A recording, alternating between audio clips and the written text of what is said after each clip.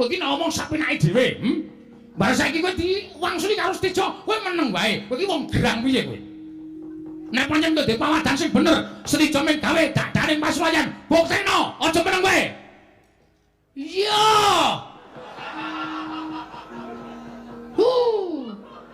Kene iki deg-degane, malah dikeplaki. Marai sikile gringgingen nek. Ter ngono. Sing ter nggo napa le? Ah ora ngomong ae. Kowe iki mancing Petro senengane ora. Nuwun sewu kula mboten ngarani. Apa dianggep aku wis budhek ya? Apa dianggep aku wis utuh? Apa aku ora krungu? Tembungmu mau kowe ngarani karo Stijo. Saiki wis sing ngene. Gatotkaca ora usah etok-etok loro. Kanjeng Rama ora bakal tekan negara ing Ngamarta utamane ning Kasatyan Jodipati. Aku ing nggondhali Kanjeng Rama tak pun lesih perkara iki. Lho, lha piye ta iki omong dadi masalah iki? Nuwun sewu, Ndara Gatotkaca niku sakit. Ndara Gatotkaca niku gerah. Lara sinuwun Stijo, kula mboten goro. Apa dianggep Kanjeng Rama percaya karo ucape abdi batur kaya dapurmu? Yen pancen Gatotkaca kuwi lara tenan. Yen pancen Gatotkaca kuwi lara tenan, mestine ora utusan karo wong-wong kaya kowe. Kanjeng Paman Jodipati mesti rawuh dhewe ning negara Ndrawati matur lawan Kanjeng Rama. Kuwi apike kaya ngono. Kanjeng Paman Jodipati ora iso ngluhurake derajate wong Ndrawati. Malah semune ngidak-idak marang derajating Ratu Ndrawati Kanjeng Rama Prabu Sri Bathara Kresna. Utusan kok gedibal kaya dapurmu kuwi. Ayo saiki ngene. Kowe bali ora? Weh, wangsul ning sareng kali sinuwun Prabu Ndrawati. Ora bakal tekan kono. Ora bakal rawuh ning Jodipati. Oh, lha pripun sinuwun Kresna pripun? Niki pripun kok putrane kok muring-muring? Niki pripun sinuwun Kresna ampun kandel mawon. Kanjeng Rama aku sing dadi wakil. Kowe bali. Piye, Tru? Ya iya mulih. Lah arep ngopo wong awak dhewe? Nyatane awak dhewe wis dikon bali tur ya ming batur kok. Kowe arep mulih-mulih ya, Tru? Lho. Kowe arep ngopo? Arep gelut to? Lho.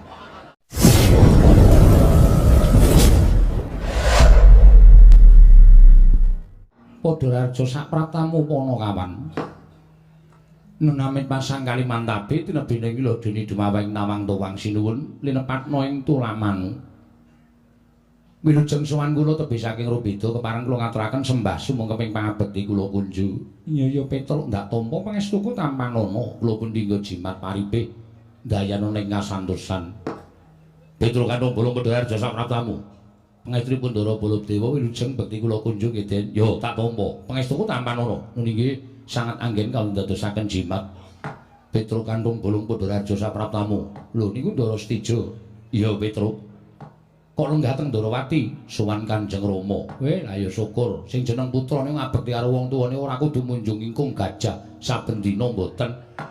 Ning wonten panjenengan niku kemutan kaliyan tiyang sepuh niku wong tuwa wis kaya dijunjung derajate. Bekti kula nggih, Den. Ya Petruk tak tampa, pangestuku tampanana. Kula pun dinggo jimat paripe. Petruk kanthong bolong Padhararja sapratamu. Sinten niku? Lho. Aku Samba, Petruk. Oh, Ndara Samba ya ora ketok kaya. Bekti kula kunjuk Ndara Samba. Iya ya Petruk ndak tampa pangestuku tampanana. Kula pun dinggo jimat paripe. Petruk kanthong bolong Padhararja sapratamu. Wah, kabeh mbageke. Wilujeng Ndara Setyaki bekti kula kunjuk. Ya Petruk. Prayogakna. Nun inggih Petruk kanthong bolong Padhararja sapratamu. Ndara Udawa wilujeng bekti kula kunjuk. Ya prayogakna Petruk. Nggih. Ana wigati apa Petruk mangke riyin? Niki mang bageke mengke nek nesu nguyuh sak nggon-nggon niki tenan. Aja njur wigatine niki enungkun nek ora dianggep wong wo nek muring medeni. Oh iya lali aku. Wah. Panakawan Bagong Padhararja sapratamu. Pangestunipun sinuwun Prabu Ndrawati wilujeng nering Sambikala kepareng kula ngaturaken sembah sumungkeming pangabekti kula kunjuk sinuwun. Iya ya Bagong, pangestuku tampanana. Nun inggih kula pun dinggo jimat paripe dayana ning kasantosan. Bagong Padhararja sapratamu. Pangestunipun Ndara Baladewa wilujeng bekti kula nggih, Den. Ya tak tampa. Pangestuku tampanana. Nun inggih kowe iki sowan ratu kok nganggo training tok. Ora nganggo klambi, anu kentekan seragam. Kentekan seragam nggih. Nggih nyuwun pangapunten lah wonten meng kaya ngeten iki arah wong sekeng, wong ora duwe. Sanane lah sing penting slamet, sing penting sehat. Lah iya. Lah nggih, dipun sekencaken. Yo, yo. Gadah lungsuran kaos. Ana ning nang Mandura. Ukuranmu apa? XL. Sampeyan M. Burung. Ning mesti to. Iya. Nggih syukur. Soale kula ming takon kok. Lah iya. Bagong Padharjo Sapraptamu. Nun nggih, sapa to? Ndara Stijo. Oh kok ora apal to. Ora tau metu arang-arang kok. Pangestripun Ndara Stijo Wilujeng Stijo sapa to? Stijo Gedhong Kuning. Kudu. Stijo Gedhong Kuning ki rak dalang kae ratu. Oh, Ndara Stijo Buma Narakasura. Buma Narakasura. Nggih, suwi mboten kepanggih nggih, Ndara. Iya, Bagong. Ya kula mangsa dolan ning Traju Tresna. Oh, siap. Siap. Wonten apa rika? Akeh werna-werna, apa-apa ana. Wah, kaya mbira luka. Iya. Omongane serapat ya. Mbira luka iki apa-apa ana pengen praon. Wis. Anggere aku wis mbadhekake tekan Petruk tekan Bagong ki negara sing maune kebak tata krama, kebak tatanan dadi ting glecek ora karo-karuan. Nggih, Ndara Stijo Wilujeng bekti kula kunjung nggih, Den. Ya Bagong pangestuku tampan ana. Nun nggih, kula pundi nggo jimat paripe daerah ing kasantosan. Bagong Padharjo Sapraptamu. Sinuwun Ndarawati Wilujeng. Lho. Sopo kae mau? Sinuwun Ndarawati to? Ndara Samba. Asale suarane padha. Akarang putrane kaya. Putrane iki padha suarane karo bapakne. Oh, Ndara Samba to? Heeh. Mangestunipun Ndara Samba Wisnu Brata Wilujeng bekti kula kunjung nggih, Den. Iya Bagong pangestuku tampan ana. Nun nggih, sangat anggen kali dadosaken jimat. Bagong Padharjo Sapraptamu. Ngaturipun Ndara Werkudara. Ora ana. Ndara Sentyaki. Suarane padha e. Sakene gawe swara ki ora padha. Aku Setyaki Bagong. Ayo, kaya nek negara Ngamarta swara gedhe dhewe iki Ndara Werkudara. Wilujeng Ndara Setyaki. Iya Bagong. Nggih, tak kira nek Ndara Werkudara. Bekti kula kunjung. Iya Bagong, pangestuku tampan ana. Nun inggih sangat anggen kandhadhasan. Bagong Padharjo Sapraptamu. Pate Udawa. Iya dasar para nyata. Metu Jawa. Ngawur temen ora. Kowe kok karo Pati Udawa kok biasa to, Kok? Ha kanca dolan. Dhek nek dong panen ki mesti ngundang aku to. Oh ayo. Wilujeng Ndara Pati maksude pikirane piye lho? Ayo wis ben. Bagong wonten dawuh prayogakna ya.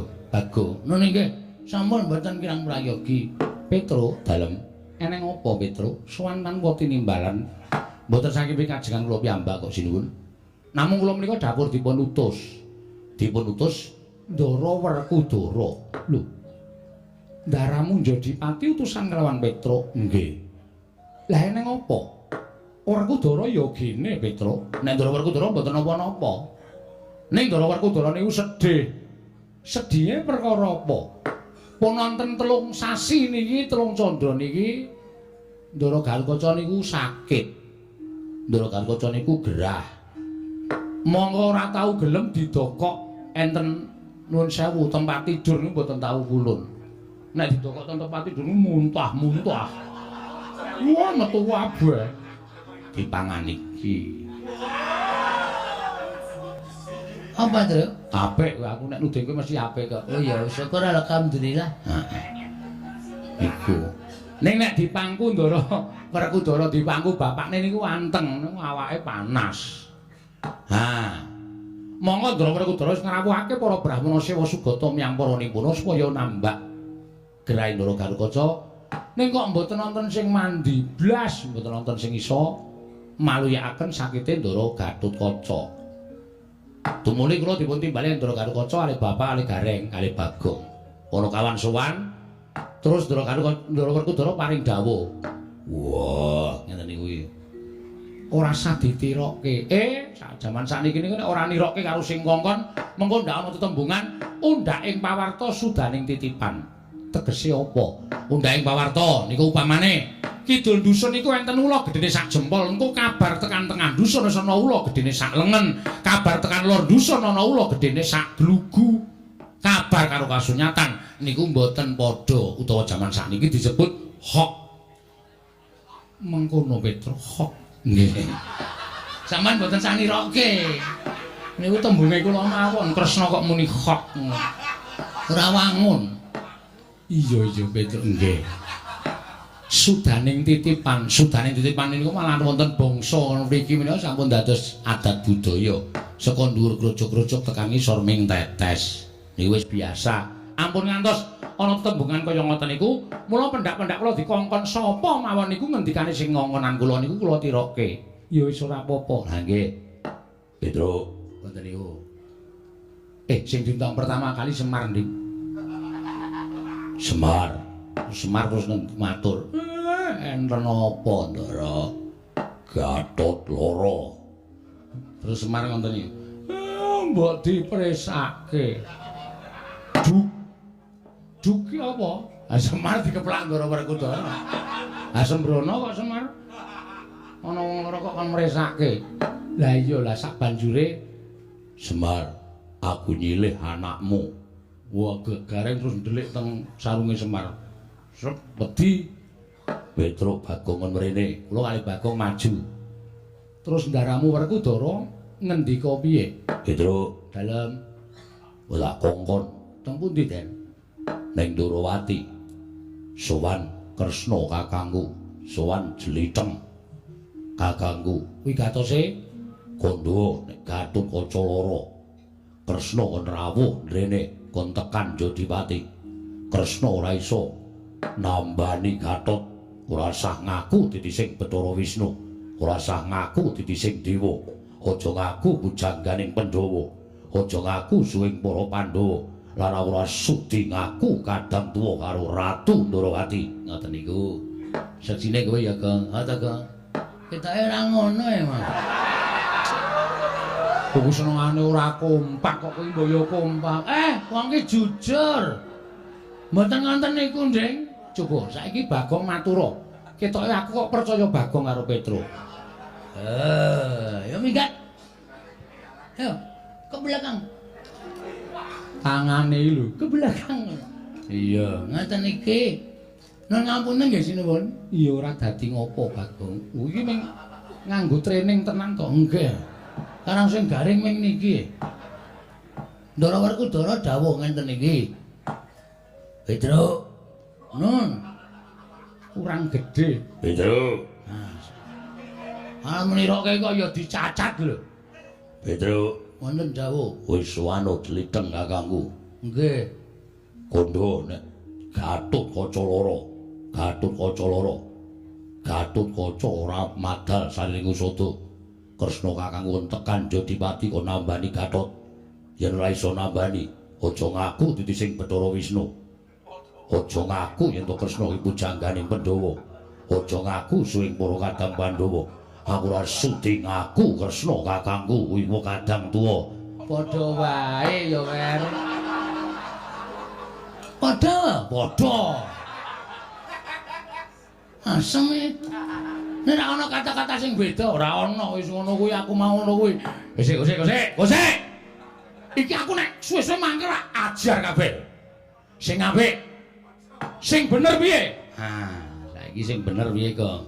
Nggih ngoten niku. Lah tegese padha wae karo Petro. Padha. Cengelmu kuwi ora. Nggih ampun nesu, wong ora sok nesu. Wong ki nek umure dawa aja sok kokean nesu. Ngoten? Dados niki kula kalih Petro sowan teng negara Ndorowati ingkang wigatos mboyong lan sinuwun Prabu Ndorowati rawuh wonten ing Jodipati nggih kasatriyanipun Ndara Werkudara. Sakniki ugi lho. Iki aku lagi nganakake Pasewakan Agung Bagong. Bubarke. Dirampungi dina iki uga. Dilereni sinuwun Ndarawati kula boyong wonten kasatriyan Jodipati. Amargi Ndara Werkudara wanti-wanti. Ngenten iki. Petro, karo kowe Bagong. Nek kanthi kowe tekan kene ora gawa Kresna, tugel gulumu. Lho, piye? Apa ora medeni? Omong dikongkone kok tugel ndase. Wis, Nek kula ora anu sowan teng Kasatian Jodipati mboten sareng karo panjenengan, kula ditugel gulune. Kusik aku tak takon karo kowe. Nggih. Gatotkaca iki lara tenan. Saestu. Diinfus kok. Lho.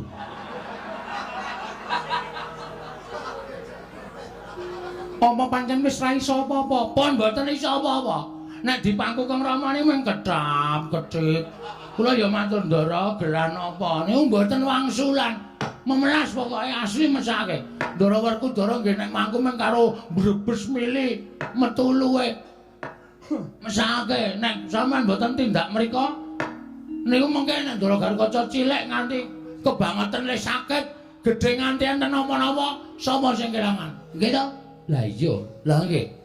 Aku tak takon karo kowe. Kowe neng kono pirang dina? Waduh, wis sauntara. Lho, ora bali. Mboten, karang ning omah ya ora ana sing diliwet. Wong teng mriku mau nak mangan barang nunut. Lah iya. Lah kusik apa Gatotkaca tau tate lunga saka pringgondane? Wong lara lunga.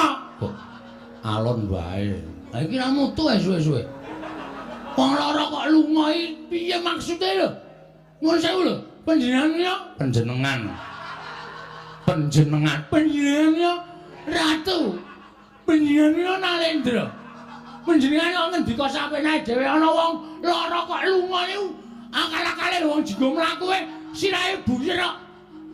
Kon lunga. Merga iki eneng perkara Bagong. Napa? Setija sowan. Ha nggih. Terus Setija matur karo aku. matur napa? Yen bojone Setija ilang. Lho. Bojo ilang lho. Piye ta iki? Monggo Setija matur karo aku, ilange ana sing ngerti dicolong. Dicolong napa?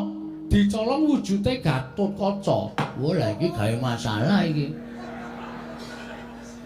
Tur Truk. Truk kok tur. kowe ngerti ta, Tru? Heeh. Yen nang masalah iki. Masalah apa? Ndara Kresna paring dawuh nek Ndara Setija sowan ning negara Ndarawati iki wadul karo bapakne nek bojone ilang. Ndara bojone Ndara Setija. Heeh. Sapa?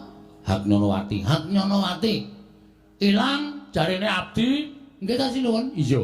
Sing nyolong blegere kaya Gatotkaca. Lah iki nang kene iki lha kok dadi kowe sowan ngandhakne Gatotkaca loro iki rak bingung rasaku to. Berarti sampean ndakwa Ndara Garukaca niku nyolong Dewi Haknyanawati. Lho, ora ndakwa, ning aku rak ya nelesih to.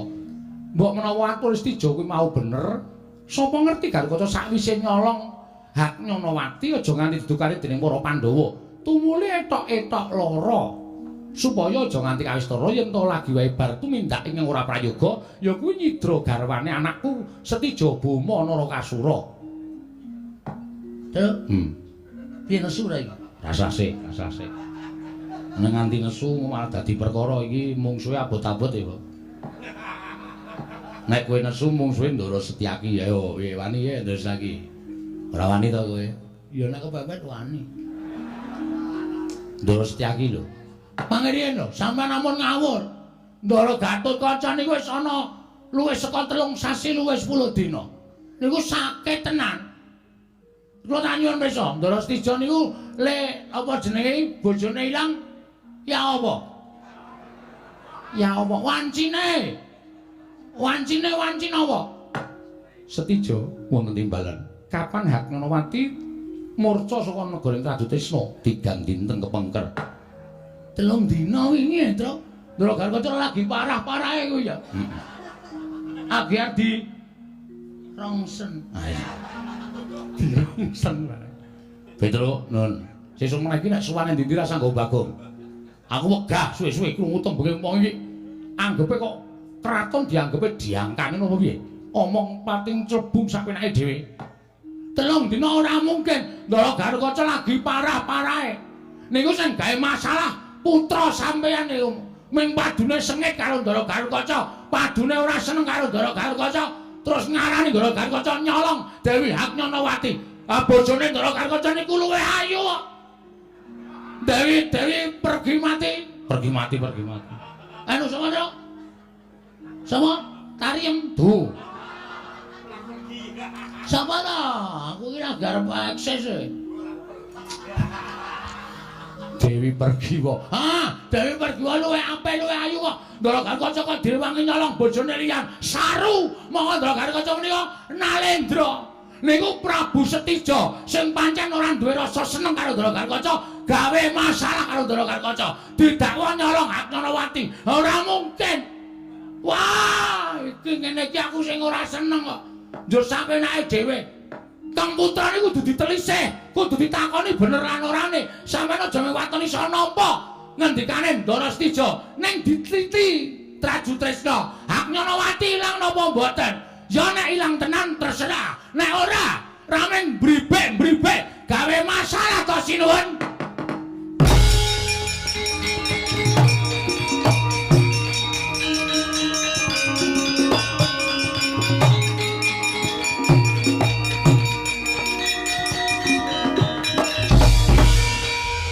Maning jajalan sepertaning bawana iblis larat iki Bagong. Waduh. Terus mudhar. Kapokmu kapan kowe? Lah sing ngono kuwi arep piye coba? Aku senengane nek omong cangkeme ora tau iso direm kaya wong kendel-kendelo. Saiki nek diadu arep ngono kuwi piye?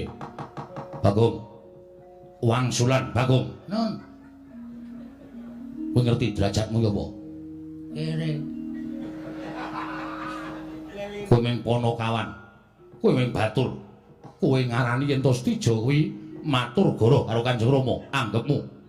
Apa kira-kira aku wani ngungkuli panguwasaning Kanjeng Rama? Apa ingkang ndak lakoni mau pancen kepara nyata Yayi Dewi Haknyanawati ilang. Mongko aku entuk pelapuraning para abdi sing nyolong blegere kaya Garutkaca. Lah kok dadi kowe malah ngarani yen to aku sengit karo Garutkaca tumele aku golek cara supaya bribek-bribek ngurupake genening memungsuhan karo kadangku Yayi Pringgodani. Ora ngawu gawar ngawur. Cangkem Batur kok ndrewili karo grojogan. Anggep apa? Apa kowe sak derajat karo Setija? Kowe ngeling ana, kowe kelingan. Kowe iki mung Batur ngilo karo githokmu, ngilo karo kahananmu. Ora sak penakmu dhewe dilangap-langap tapuk mati. Ayo. Piye kok diem?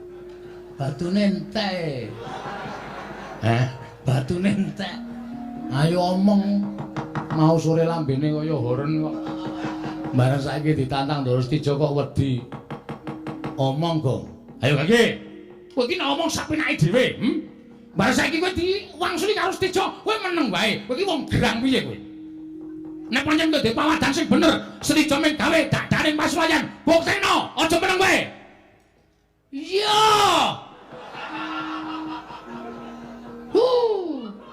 Kene iki deg-degane malah dikeplaki. Marai sikile gringgingen nek. Ter ngono. Sing ter nggon apa le? Ah ora ngomonge. Kowe iki mancing Petro senengane ora. Nuwun sewu kula mboten ngarani. Apa dianggep aku wis budheg ya? Apa dianggep aku wis utuh? Apa aku ora krungu? Tembungmu mau kowe ngarani karo Setija. Saiki wis sing ngene. Gatotkaca ora usah etok-etok lara. Kanjeng Rama ora bakal tekan negara ing Ngamarta utamane ning Kasatyan Jodipati. Aku ing nggondheli Kanjeng Rama tak penesih perkara iki. Lho, lha piye ta iki omah dadi masalah iki? Nuwun sewu, Ndara Gatotkaca niku sakit. Ndara Gatotkaca niku gerah. Lara sinuwun Setija, kula mboten goro. Apa dianggep Kanjeng Rama percaya karo ucape abdi Batur kaya dapurmu? Yen pancen Garutkaca kuwi lara tenan, yen pancen Garutkaca kuwi lara tenan, mestine ora utusan karo wong-wong kaya kowe.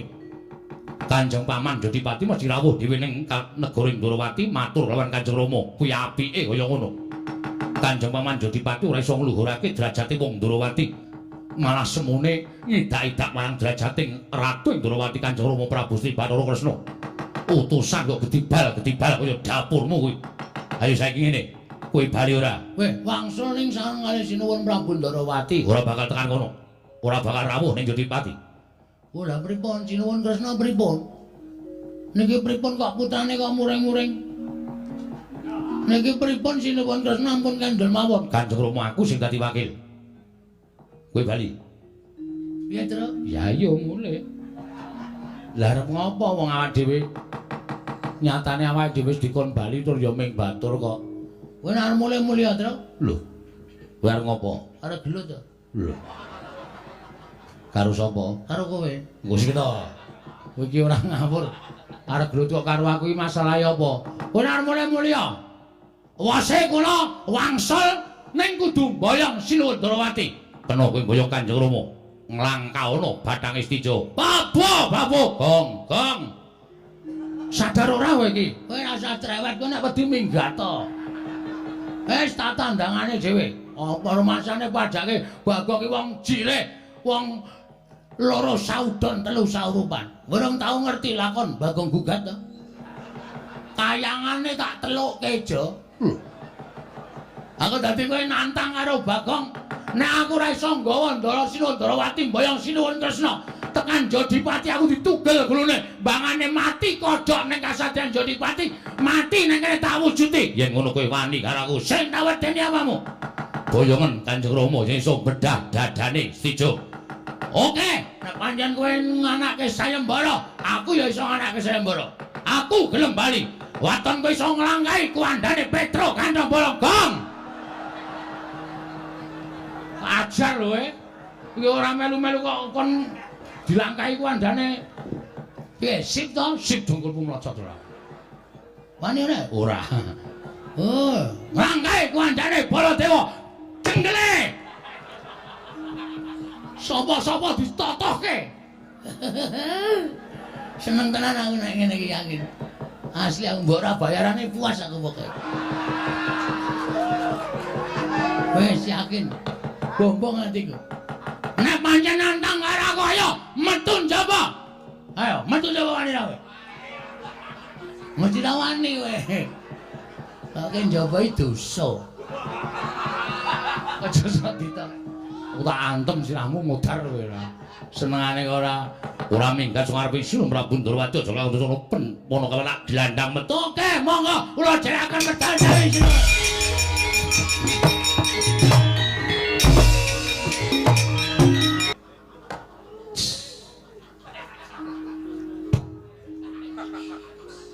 Wong ora kok ces karo di. Kok ora Bu? Nggih. Nuwun sewu dipun jamilaken Kakang Udawa menika. Wah, iku rumahsaku patih kok luase. Nggih, wonten dawuh iki. Monggo sinuwun jeluk saking dampar jeluk. Aja ngawu gawar ngawur budana kang padha sebo.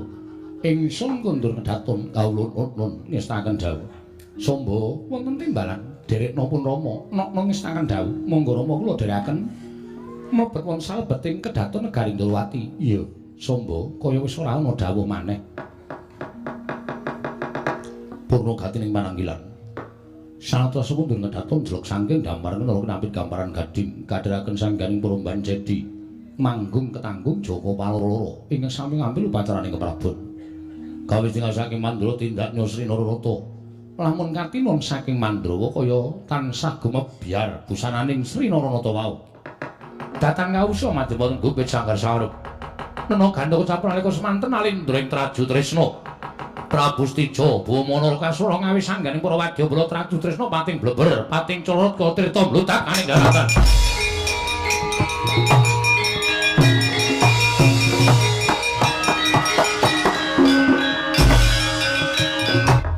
Ngantos ndadosaken kejut raosing manahipun ingkang paman. Nggih, wonten menapa?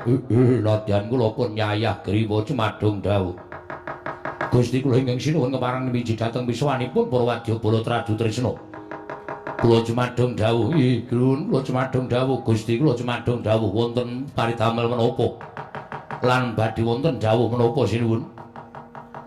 Paman Pancatnyana wonten timbalan. Rumangsa wis pepes bayu kang tapis. Bareng Yayi Haknyalawati langsung Negaring Traju Tresna. Monggo nalika semana ana abdi ingkang caos pelaporan kelawan aku yen to ingkang nyidra kelawan Yayi Haknyalawati. Citrane tan prabeda kaya dene kadangku Yayi Gatotkaca. Waduh. Menika sampun nerak pacak nerajang perbatang. Monggo nyatanipun antawisipun Traju Tresna kaliyan Pringgondani menika mboten winates menapa-menapa namung winates Tunggarana. Ewadene Gusti kula ingkang sinuwun Pranak Prabu Gatotkaca teka Wentara tumindak ing kados mekaten. Nanging kabeh aturku marang Kanjeng Rama Prabu durung sakutuwe didhahar dening Kanjeng Rama. Ketitik Kanjeng Rama isih nganggo petungan sing genep. Aja nganti kesluru tembe mburine. Nggih, lajeng keparengipun babak anglayoni jujul hanusuli. Durung rampung nggon ngrembug marang Yayi Gatotkaca nggone wis wani nyidra kelawan Yayi Haknyarawati kedadak sowane Panakawan ngandhake yen to Gatotkaca wis antara pitelung candra tunglungane dina samengko iki Yayi Gatotkaca nandhang raga tegese nandhang lara. Wah, menika namung damelanipun tiang-tiang Pandhawa. Menika namung damelanipun wong-wong Pandhawa ingkangipun badhe nutup-nutupi dhateng kelakuanipun atmajanipun piyambak inggih menika pun Gatotkaca. Sampun ngantos pitados nggih. Malah sak mangke kula gadhahi pemanggih yen to pancen niyate anak Prabu ing Pringgondani menika sampun dipun botohi dening tiyang sepuhipun. Mula ingkang saking menika sowanipun utusan saking Jodipati menika kedah dipun taliti lan kedah dipun dangu ingkang langkung cetha. Menapa inggih Gatotkaca menika nandhang raga menapa mboten napa menika namung samudana ingkang sakmangke kinarya nutupi dhateng gedhoanipun Alendra Pringgondani. Mula kang saka kuwi Paman Pancatnyana gandeng utusaning para Pandhawa utamaning Paman Werkudara Jodipati ora wujud satriya nanging wujud Panakawan ya kuwi Petruk lan Bagong. Ranggeten bandanen tangane krincongan sikile. Mbok menawa sarana disiksa mengko Petruk karo Bagong bakal bloko. Piye sejatine lelakone adhiku ing Pringgondani. Nok ngestaken dawuh lajeng pangkatipun para wadya bala traju tresna benjang menapa Paman ora ketang sambung obor cara lintang. Tumliya mangkat dina iki nggih ngestaken dawuh Adipati Ayagriwa wonten timbalan sinuwun. Aja dikangelan budhalo. Golek ana Panakawan ngendi ketemu. Bandan tangane krincongan sikile leboke pakunjaran. Nggih ngestaken dawuh nyuwun pamit madal pasilan sing ati-ati aja kaya bocah cilik. Ayagriwa wadya bala traju tresna.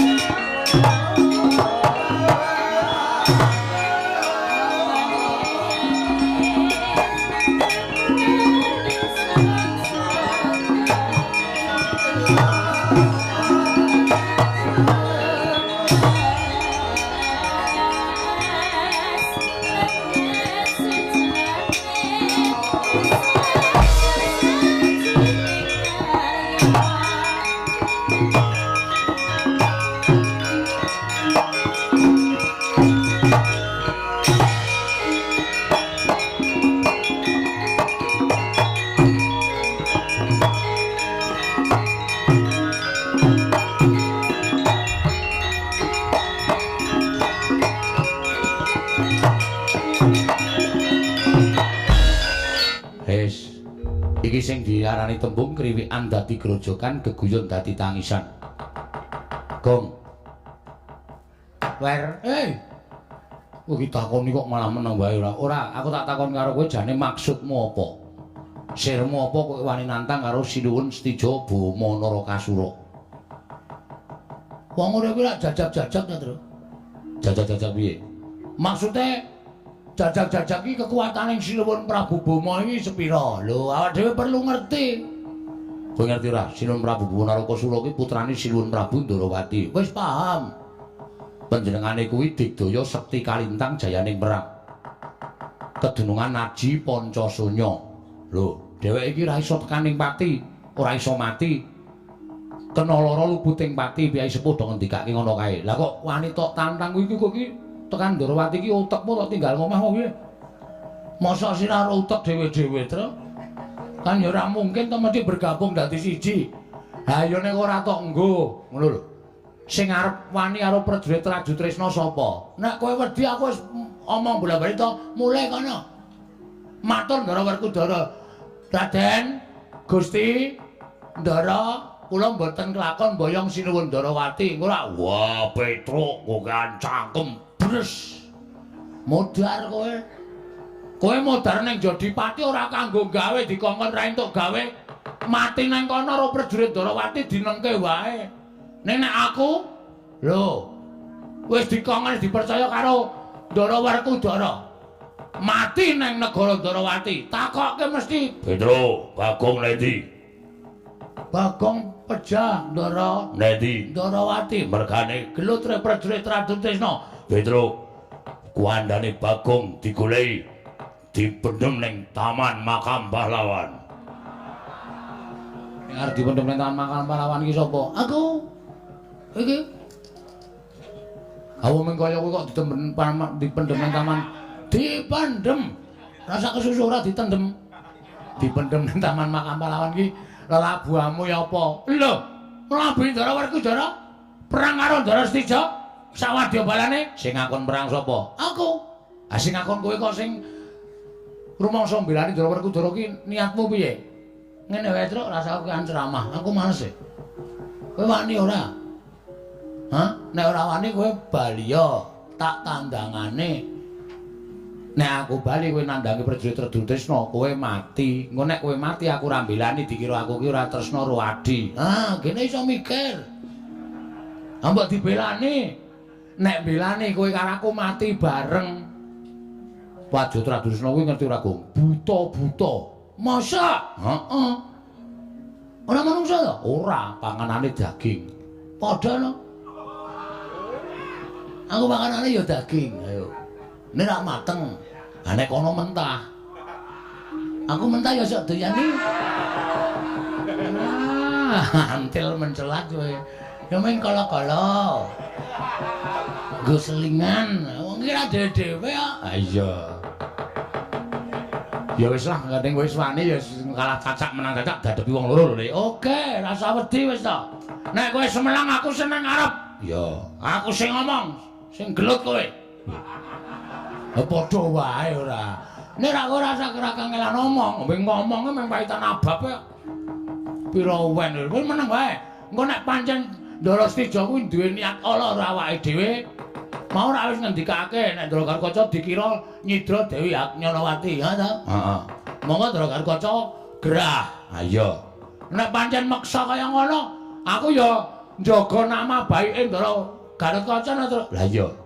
Wis saiki dinteni kene sapa sing ketok? Tandangi wis to. Kalah, menang pokoke wani, sing penting wani. Oh iya. Mati urip kagungane sing gawe urip. Iya. Rasa semelang ro mati to. Wong semene kae iki mung do antri modar tandane.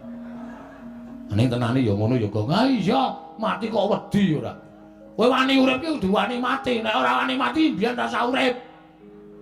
Bener, kandhane kok celingak-celinguk ora. Mati iki ora iso urip meneh, Gong. Wes sing ngomong sapa? Anggere dobati ya urip. Ngeyel kuwi maning ora. Kowe pokoke dinteni kene ya, tak enteni ya kancanane, Gong. Nek kira-kira kowe kalah, aku sing maju. Maju bareng mana dhewe-dhewe? Ya maju bareng. Pokoke gotong royong. Ya, gotong royong ya manut.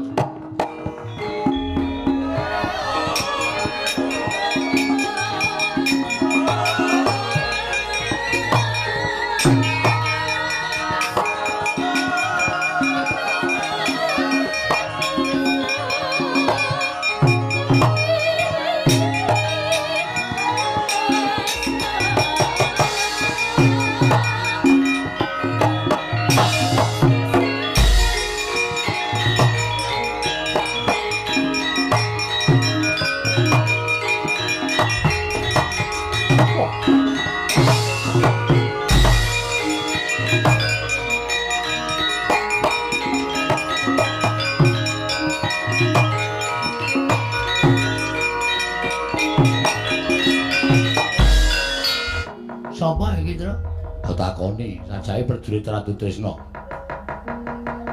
Nuwun sewu Gladiwana nggulang tepang nitik busananipun sampeyan niku nuwun sewu mboten padha kali kula. Busana sarwa sae sajaipun piyayi. Ya dasar Purnyata. Aku abdining Sinuwun Prabu Stijo Boma Narakasura. Oh tenan to. Heeh. Sing mburi nggih nggih. Ya, aku ya abdining Stijo Boma Narakasura. Asma jeneng. Takon karo aku Tumenggung Prawara Kendra. Tumenggung Prawara Kendra. Sing mburi? Aku Tumenggung Baron Sekeber. Waduh. Jenenge wis medeni ya, Tru. Heeh. Baron nggon aku kae watuk terus. Yes ben ora apa-apa.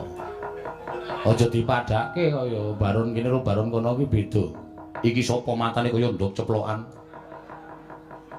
Takon karo kula. Iya. Nayaka Ndrawati. Lho. Nayaka Ndrawati. Nggih. Senopati Satria Garbaruji Raden Setyaki.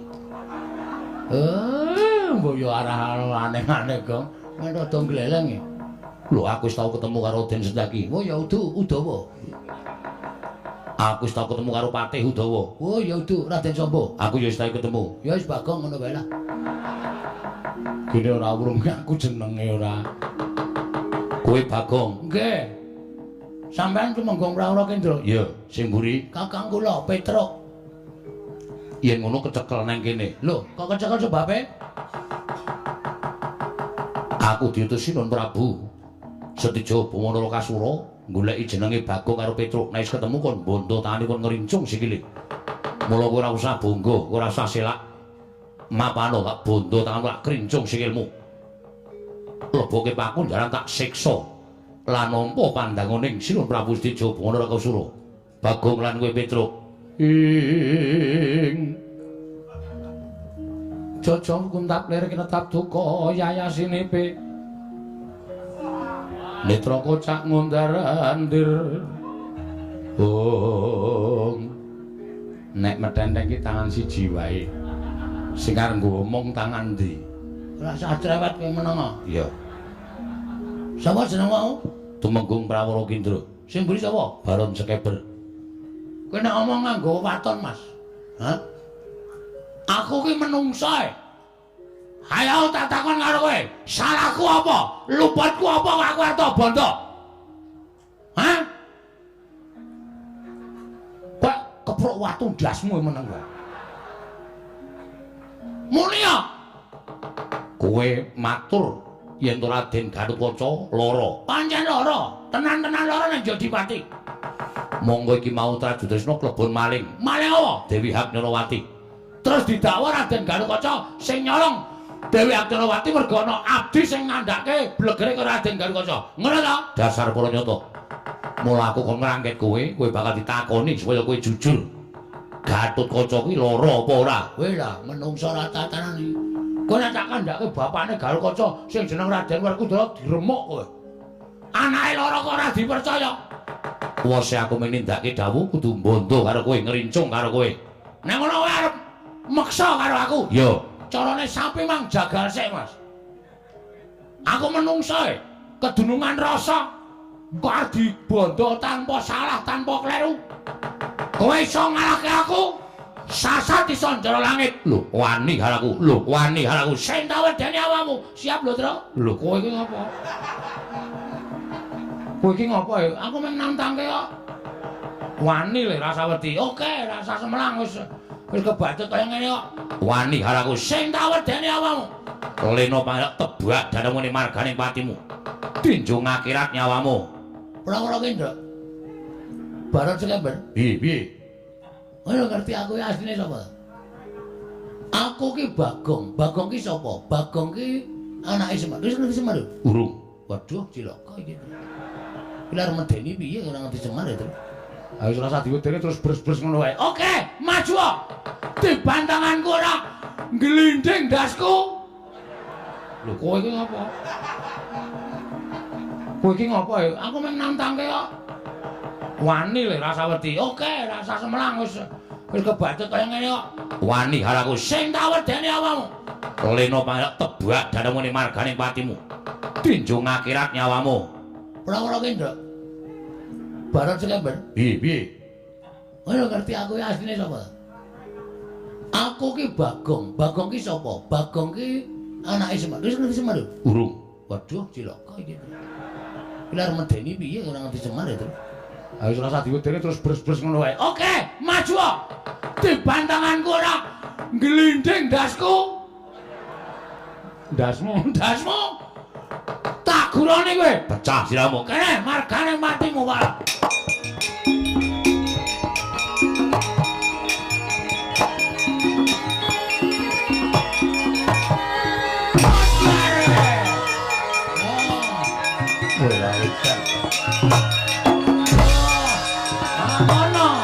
Maju terus.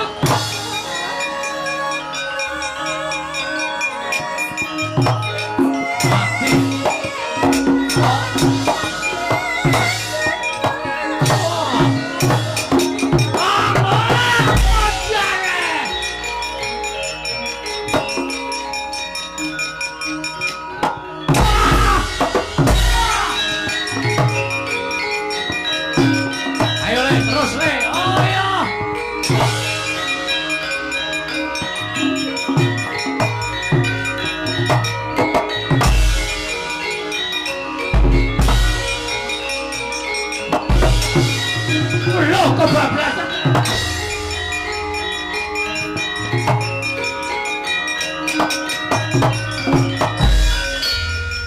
Lho, iki urung-urung kok wis nggawa warit. Ndak ora rampung-rampung. Ora tak bacoki mbaka siji ora ana rampunge. Lho. Kowe lah dale ngono kuwi sing gendak sikara karo adikku yaitu Menggung Baron Sekeber dasar para nyata. Sapa kae mau jenenge? Prawara Kendra. Sune rasa ngel-ngel jenenge ya. Ling-eling-eling rekoso. Ya. Yo. Ayo kowe arep ngopo? Ayo. Kowe arep gendasi kala karo Panakawan arep bondo Panakawan. Aku wong ora salah, aku wong ora luput. Wong ora salah, wong ora luput ki diayomi karo sing gawe urip. Mati dah baca siramu mocir kan.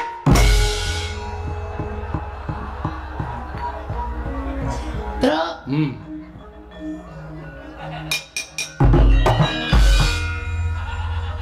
Terus keseran le nuncepke.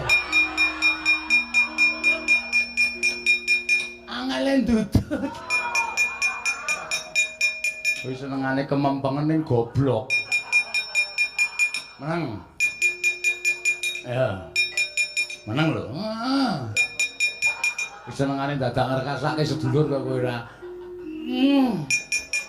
Terus ndasku sing lara terus. Ha piye carane ora sikep sirahe lara ngono wae. Ngono wae ya. Ya kurang sithik iki men kari pucuke. Pucuke iki aja kon nyangkel.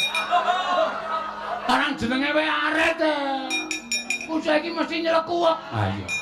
Iki mesti entuk watu iki. Ayo watune diru. Ya didanake sithik. Heeh. Ya. Kowe nek ndak doke anggek iki angel to. Ah iya. Iya. Kowe. Kene iki mung sithik. Ah iya. Mung sithik kok iso angel ya. Heeh. Dunia ini penuh dengan lika-liku. Maju terus le. Amos, sapa mau jenenge? Prawara Kendra. Ayo, kowe aja mlaru, Ndra. Ndra sapa? Prawara Kendra. Ha iya doyak ngono. Mati jeneng aku ora kowe.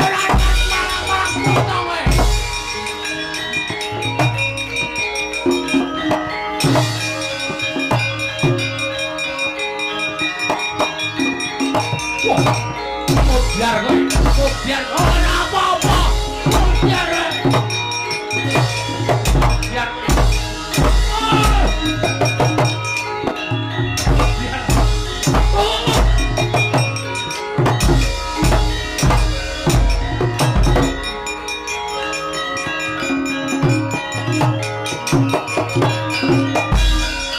piye, Gong?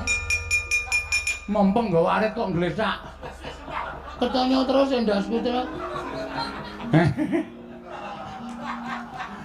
Ayo. Lah ngopo? Aku nggawa arit kono nginceng siraku dis. Anggere tak antel minggat. Ora kena. Antone dis anggere tak antel minggat. Suwe-suwe ra ya buyar. Ah iya. Ngletak dhewe aku. Mulasa nek perang ki penuh kudu iso endo. Kaya aku mau lho, tubruk ngiwa endo nengen, tubruk nengen endo ngiwa. Kono. Nek diantem endo aja meneng wae. Siap. Sehat to? Sih. Joko Adir. Go meneh arite, maju meneh kok. Sesek meneh, ora apa-apa. Aku jane ngene iki sok mesake sing nabur lho, Tru. Ah iya. Lagi omong dicek-cek dlantang ngene. Mesake kanca-kanca. Ora apa-apa, kanca-kanca ki pancen apik nek disiksa kok, Go. Oke wis, ora masalah ya, ora masalah. Ayo, kajian dening aku ya, guys.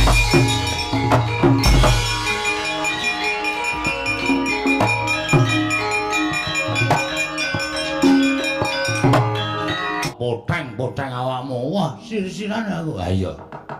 Mulih wae le ya. Ning Jodipati ya, ning Jodipati. Matur Ndara Werkudara apa perlune, Tru? Nek ora ngono, ndak ora rampung-rampung. Engko nek aku sing matur Ndara Werkudara kowe ngiyoi lho, Gong. Kok ndak dikira ora ono seksine. Heeh. Ya. Ora Ndara Werkudara takon, "Petro, apa kabeh sing tok lakoni kuwi tenan?" Kowe muni, "Kula seksine Ndara." Ngono lho, Gong. Heeh. Ngopo ele kok kaya lungkrah? Konangan Satpol PP. Endi? Nolea ta? Diar. Wis patine awake dhewe nang kene le. Rono ketemu Buta Gedhe, rene ketemu sing tunggu Ndarawati, kadange Werda. Ki mesti engko Bagong, Petro. Kowe gawe rame negara Ndarawati anggap apa? Kowe derajateng ponokan gawe geger negara Ndarawati. Mrene. Loloi nenggara cangkemmu kowe nyus. Aku tamburi wae. Muni ngono tenan po? Biasane ngono kuwi. Dadi diloloi ya cangkemmu. Tak takonane alon-alon ndak duka. Heeh. Nyun ngapunten sinuwun. Jumeneng wonten ing mriki aku ndelok leda perang. Nggih. Tata duka. Heeh. Petro. Nun. Melayu kowe. Nun. Melayu ngopo? Ora kok ki anon ta, Tru? Kono ki nek kowe ki ra krungu nesu tenan. Melayu ngopo? Mengsah prajurit Raju Trisna sinuwun. Terus prajurit Raju Trisna janjane kula ora marahi ning sinuwun Stijo niku pancen nuwun sewu mulang sarak. Kula sajeng bali teng Jodipati kok prajurit Raju Trisna methuke kula Petro Bagong dipontotane krincung sile disiksa takoni Garutkaca lara tenan apa ora? Sing muni ngono to. Ndara Stijo dawuh kalih prajuritipun, ya Gong. Aku ora ono pas kuwi. Sing jingik ning ngarep mau sapa? Kok muni ora ana? Nggih, pancen leres ngonten. Terus kok mlayu ngopo? Sing maju Buta Gedhe. Buta Gedhe sapa? Sapa Gong Gong? Sapa ta? Kowe sing apal kok. Adipati sama Minajingga. Adipati Yayagriwa. Adipati Yayagriwa sinuwun. Lho. Nek ngono Stijo ning negara Ndarawati iki nggo prajurit pirang-pirang? Nggih. Nek perkara karo dibantu karo Stijo aku ora melu-melu. Nek nek prajurit Raju Trisna melu-melu gawe geger negara Ndarawati, aku ora trima. Hati-hati kok. Aku tak lumase ya, Tru. Nek diloloi lenggala. Dadi diloloi kowe. Nggih pancen mekaten sinuwun. Pancen leres mekaten. Lajeng kersanipun Nek kowe nganti mati aku kelangan. Nek Stijo sing ngajar kowe aku meneng wae. Mergo perkarane karo Stijo nek prajurit Raju melu aku ora nrimake. Oh nggih. Tan trimanipun ya yo tak ajari. Ya. Estu napa? Iya. Ha niki wonge. Yayagriwa. Krungumu apa? Goblok kowe iki. Bagong tak ajari. Muni ngono kok. Aku salah apa, Tru? Aku salah apa? Aku kan balamu, aku arep diajar. Ya rasa nangis ngono kok mewek-mewek ora. Lambemu ombo nek mewek iki elik banget ora. Aku ora. Kowe ketoke kancane arep mateni aku nek jane ngono kuwi. Wong ra sida kok. Ora sida kebacut lara atiku. Ngopo Bagong nangis apa? Mboten kok. Mutar. Kampungmu kapan? Takoni cilaka kowe ora. Takoni Ndara Baladewa ngrekoso. Yayagriwa ngoyak kowe. Nggih, ngoyak kula. Mundur. Mundur. Tak papane Yayagriwa karepe dhewe. Ayo kok, mikir. Yo.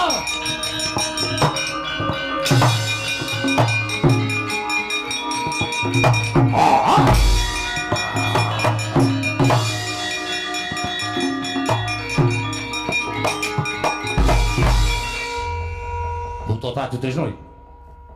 Iya, dasar kepara nyata mamak mripatmu kowe. Ora basa karo aku. Ora weruh, aku iso. Aku weruh kowe sinuwun Mandura. Lah, kudune kowe basa tata krama karo aku. Aku kadange tuwa Prabu Ndarawati. Iki nek negara Ndarawati, kowe nyak-nyakan nang kene ketemu karo Nata Mandura ora basa, ora tata krama. Anggepmu apa? Kowe ndelikke Petro, kowe ngayomi karo Bagong. Pancen tak dodho. Kowe ponokawan. Nek perkara Stijo ana perkara karo Petro karo Bagong, Stijo ngramuke perkara, Stijo aja metyake para wadyabala. Iki Ndrawati ora nggo jagat sampeyan dhewe. Sing baku aku bakal nyekel Petruk karo Bagong. Kowe nyekel karo Petruk karo Bagong? Iya. Wis cekel. Arep tak siksa supaya ngaku